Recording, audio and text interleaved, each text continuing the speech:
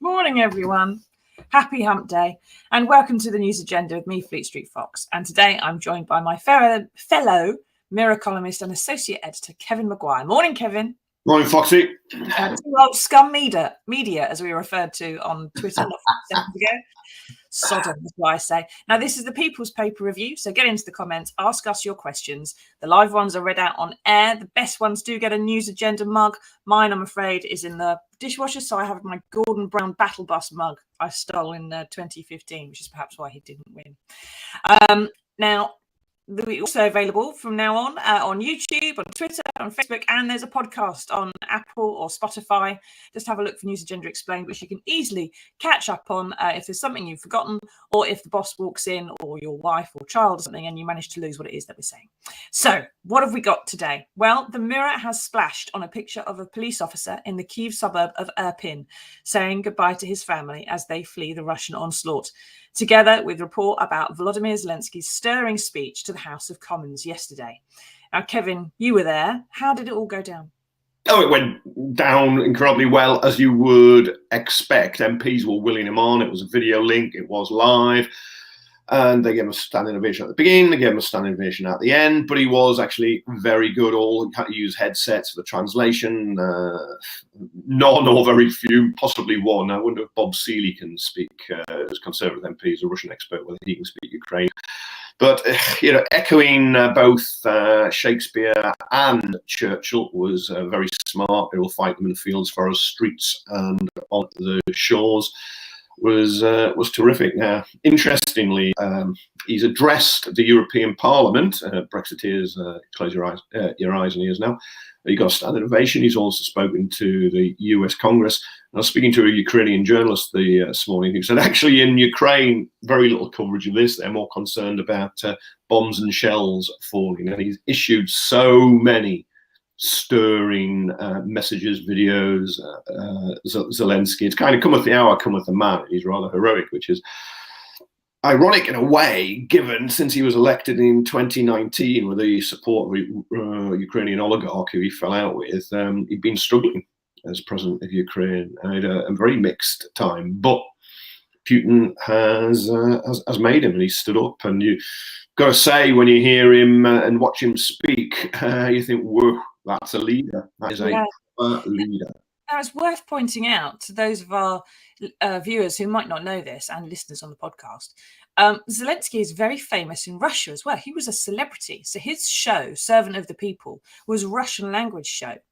And he was also, when he was a comedian, he was touring, gigging around Russia all the time. That was the biggest local market that he wanted to break into. Obviously, that's what anyone would do.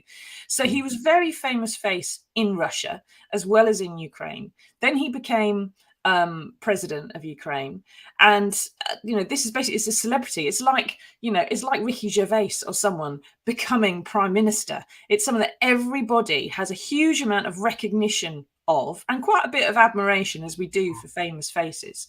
And so when he is doing speeches in Russian, actually is probably having more impact at home, because he's there talking to the Russian people, and he knows full well his audience, the people who are going to be watching him, who are getting around the traditional media and blackout in Russia, are younger people, and they're the ones on the streets in many cases protesting against Putin. And Putin, as Jason told us on the broadcast on Monday, actually speaks like the Russian version of Ray Winston. He sounds like a bit of a lad, bit of a gangster. So you've got Ray Winston up against Ricky Gervais. Yeah, and I'm told, an MP told me, you can actually see some of the people on British TV. I think it's more 4. Hopefully it's dubbed or has subtitles. I think it was more 4. It's subtitles. It's not dubbed. I've been through them. And I've watched them. They're pretty good. They're very high production qualities, but I would say the satire was a bit clunky, bit hit it with a hammer, and they've only got the pilot and the first 2 starts being presidential. You don't really get to see that at the moment. All 4 needs to buy the rest of them in. Yeah, I mean, humour often doesn't travel across cultures. I could never quite understand why Benny Hill and Norman Wisdom saying it Albania was popular, but we got a lot of comedians in British politics, but none of them professional, unless you count Boris Johnson, of course. Yes, well, now Nikki says, what's the plan for the UK to really start helping this poor country? Now, as our colleague Brian Reid says on page 3, Kevin, until recently, our Prime Minister was spending his appearances in Parliament explaining why he didn't know there were parties in his flat. And here was a president being brutally honest about flats in the capital city, just a 3-hour plane ride away from here, being shelled to smithereens. And he said, to be or not to be, almost as though Britain has some kind of a reputation for understanding and dealing with big issues. But were the MPs stirred enough by all this to actually do what Nikki wants there, which is to come up with a plan for us to really start helping out and doing far more than just talking? Well, it depends what she means by really help, because there is more than talking going on now. Weapons have been supplied. There are RAF transporters leaving Bryce Norton, landing at an airfield near the Ukrainian border, delivering anti-tank and anti-aircraft missiles. We're given quite a fair bit in humanitarian aid. Sanctions and action against oligarchs has happened, although we do lag behind the European Union and the US, certainly on oligarchs. I think there's about 100 who've been sanctioned by those two and not been sanctioned by the UK. Economic crime bill, that's going through Parliament. It gives them 6 months grace before they have to register assets. So you can liquidate your cash and you can get out. But more can certainly be done on the front of sanctions and against oligarchs. But if she's talking about a no-fly zone and directly fighting the Russians, that won't happen, because armchair generals call for it. But any real generals know that you could risk spreading the conflict, more people die, and you end up with World War III.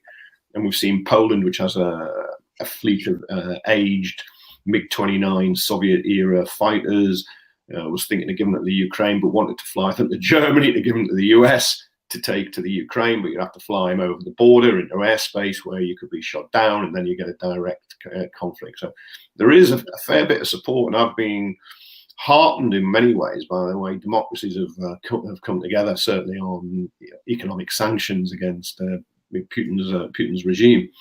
But if she's looking for the imposition of a no-fly zone, it's easy to sit in a chair and say do it, but the fact is you're going to war if you do it.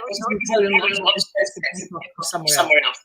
because they'd have obliteration if they took off from Poland. Now, Steve says, good morning, Steve. How is the UK doing with regards to Ukrainian refugees? You're a bit early, Steve. We're getting to that point in a minute. Hang on, hold your fire. Now, on pages 4 and 5, our colleague Chris Hughes is reporting on Russians shelling humanitarian corridors for evacuees for the 3rd day in a row. Entirely predictable, but still somehow appalling. Agence France Presse has a harrowing description of the situation in Mariupol, where 430,000 civilians are besieged as Putin tries to obliterate the city to make a military corridor between two separatist regions. It says, corpses lie in the streets of Mariupol. Hungry people break into stores in search of food and melt snow for water. Thousands are huddling in basements. Now, Kevin, these are people who are very soon going to be subject to massive outbreaks of disease with no water, no sanitation, dead bodies everywhere.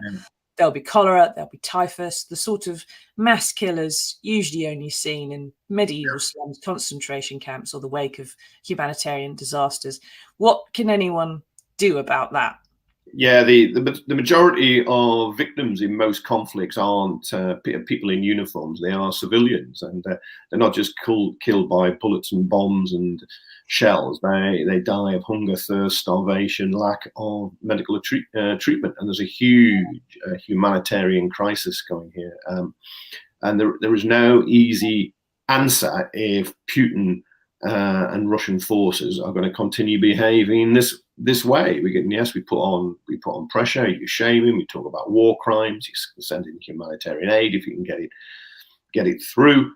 But if Putin is determined to slaughter people in this way, I'm afraid more will die. And it's incredibly difficult, and it's really frustrating because, of course, we can all rally to the defense of Ukraine because it's the invaded country. It's a country like any other country with warts and all, and it has its faults, its strengths and its failures. But it's just absolutely wrong and barbaric what is happening in Ukraine because the Russians have invaded. But there is no easy answer again. We can condemn it absolutely, but stopping it isn't so easy. No, if there is those outbreaks of disease, the Red Cross is going to be suggested to go in.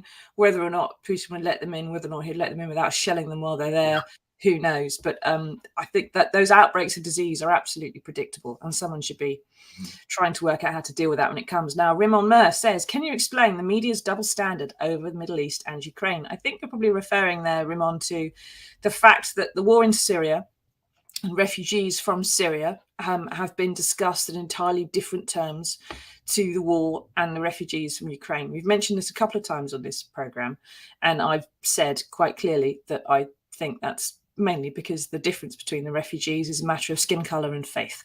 Yeah. And Russia is just as much an aggressor in the war in Syria. Russia is the organisation which was behind Bashar Assad's chemical attack on Aleppo after it had been shelled into obliteration, just as Mariupol is now. And I think in the years to come, we're going to see Putin's hand at work in far more things as well. But we do have a real issue, it would appear, in this country because public opinion has switched. And what the media does, Rimon, is it does a really good job of reflecting public opinion. The media is made up of members of the public. We're very fortunate in that we get to see and hear more stuff than you do, perhaps, and then edit that down to present to you. But we are just normal human beings.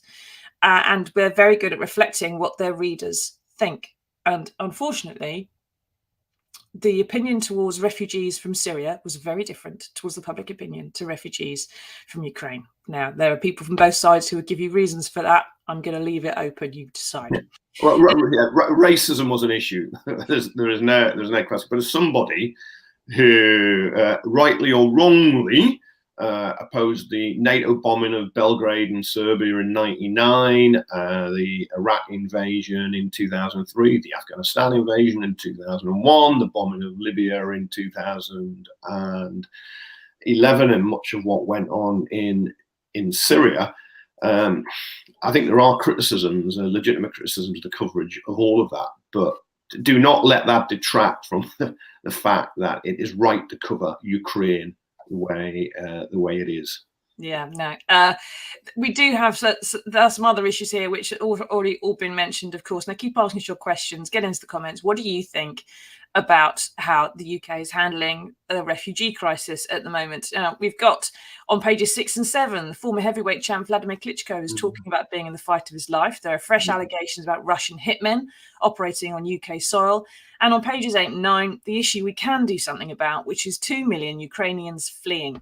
Now, most want to stay near their homeland where they have connections, but some have connections here. And there are reports on that page there, page 8, of a family with 2 young children told to drive from the Romanian border to Paris, then Brussels, then Calais, only to be told at each place that there were no visas available.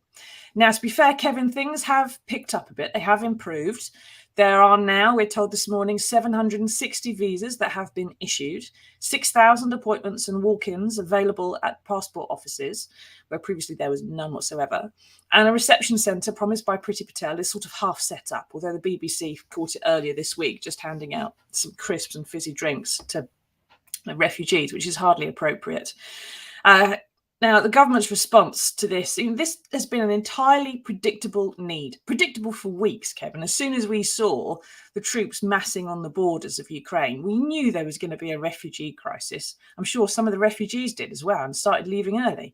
But the government's response has been utterly shambolic. There's no other way to describe it, is there? No, it's utterly shambolic, woeful and shaming. Boris Johnson said Britain would be generous. His government has not been. The Home Secretary is pretty hopeless. I think it's a mindset of trying to stop people coming into Britain, which you see with the Channel boat crossings. You block off legal means, and so people take desperate measures. But what's happened with the Ukrainians? There's a small Ukrainian population in the UK. It's thought to be under 40,000, about 37,500. The Daily Mirror has a table today, the number of visas given now. As you say, it's gone up to 760. It was 500 when this was written. Ireland, geographically, in a similar position, 2,200. France, 2,500. Germany, 30,000. All the way up to Poland, 1.2 million. And the Home Secretary and the Prime Minister prefer the rhetoric to the reality. And they're putting bureaucratic obstacles in the way of people. Asking for where's your proof of residence in your bill. Now, of course, some checks have to be made, and you have Ukrainian interpreters. I'm sure you can quickly work out who is Ukrainian, who is not. But the Dominic Raab, the former Foreign Secretary, during the Afghan crisis last summer, where we appear to have learned absolutely nothing, the Justice Secretary now was talking about genuine refugees and others. What? So if you're fleeing Putin's terror, you somehow have to pass a test whether your house was going to be shelled, whether your city was going to be occupied. People fleeing Russia who aren't under attack, who are still begging it because they know what's going on back home and they don't want to be conscripted and they don't want to get involved. Are they genuine refugees or not? I think the Conservative ministers are out of touch with public opinion because YouGov, the polling organisation, shows support for accepting Ukrainian refugees was up to 76%. It was actually increasing. Very few people opposed, but the government repeatedly talks as if it cares and then doesn't act. And we heard Grant Shapps, the Transport Secretary, again uttering the lie from Boris Johnson in Parliament that Britain's taken more vulnerable people than any other country in Europe since 2015.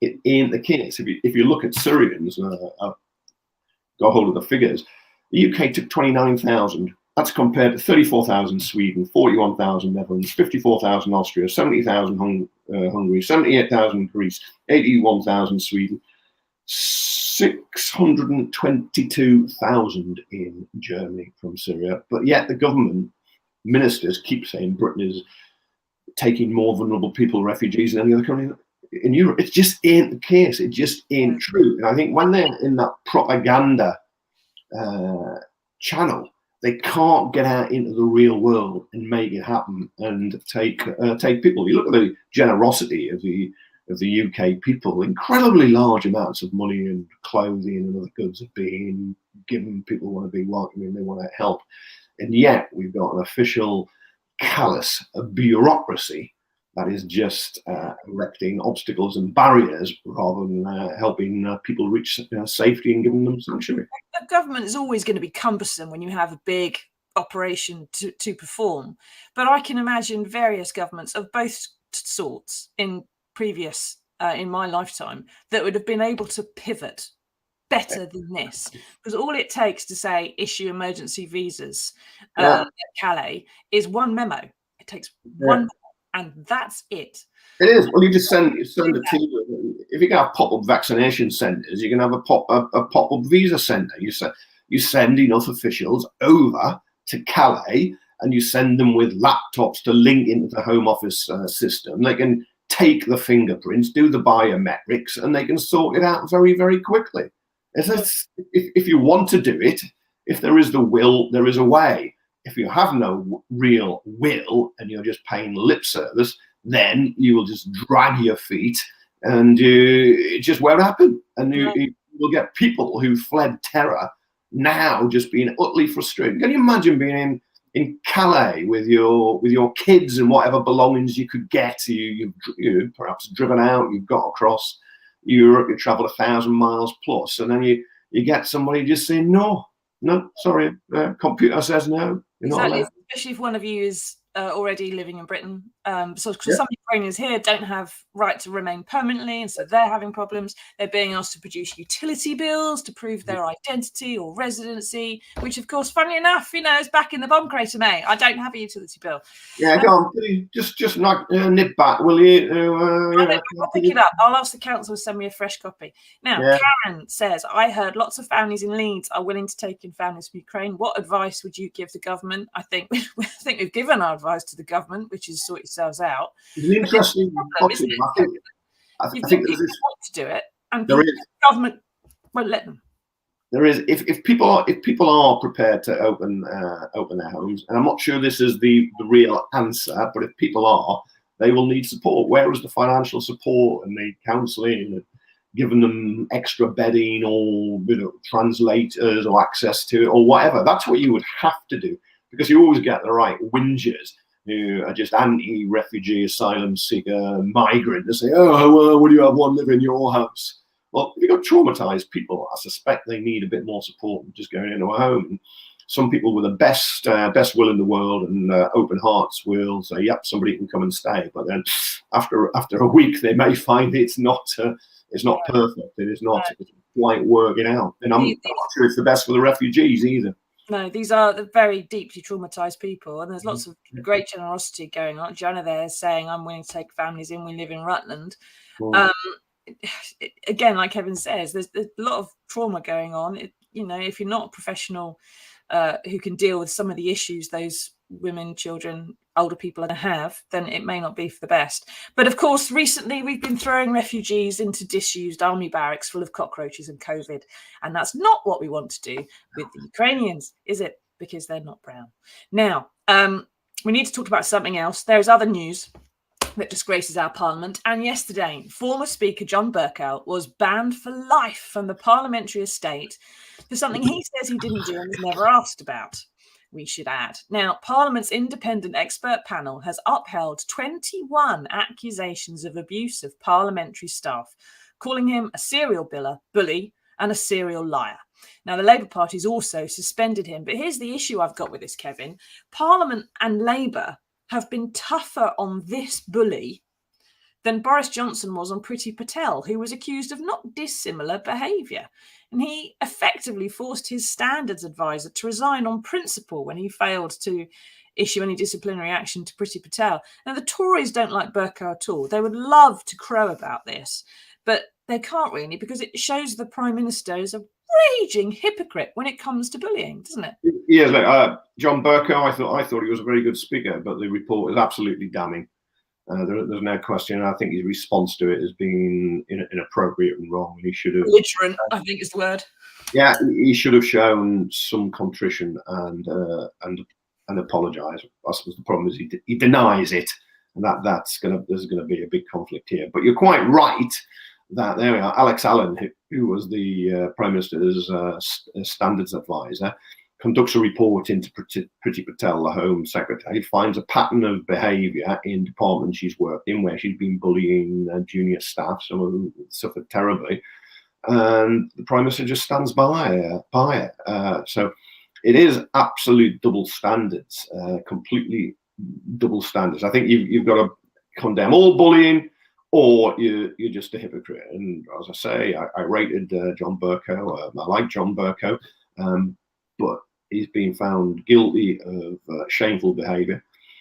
He's been punished. Priti Patel was found guilty of equally shameful behaviour, and she just had to make a little statement saying, "I'm sorry." She's still in the Conservative Party. She's still a Conservative MP, and she's still the Home Secretary, being pretty hopeless over refugees. So yeah, there's an absolute double standards and hypocrisy at play. Yeah, now, I've worked with some pretty lunatic people, Kevin, over the years. Fleet Street, some of Fleet Street's finest bullies, I think it's fair saying. I've never experienced anything like what John Bercow has been accused of in that report. And perhaps there's a difference there between the way we treat female bullies and male bullies, that male bullies are more likely to be violent, smash things up, as John Bercow was accused of, whereas female bullies will undermine and destroy. Yeah. Been subject to both. I think it's the female ones I dislike the most, actually, and find most difficult to deal with. Now, newspapers used to be terribly rough. I think TV and radio were the same, and there was a lot of unacceptable behaviour back then that was wrong in that era, and now you would not get away with it. But it's we'll talk about those things off air, Kevin. I want to hear your 10 worst things we can talk about now. We do have some good news in the world, and here it is. But first of all, before we do that, I just want to say, keep asking us your questions, get into the comments. What do you think about the refugee crisis? What do you think about Volodymyr Zelensky's call on Parliament to do more? I keep seeing lots of people talking about how there should be a no-fly zone, but no one at all talking about how we can disarm Russia's nuclear missiles that would come our way if we had a no-fly zone. So if you've got any big ideas about that, do let us know. Who knows? It may get as far as Boris Johnson's ear. But first off, there is some good news in the world. We've hunted very hard to find it this morning, but here it is.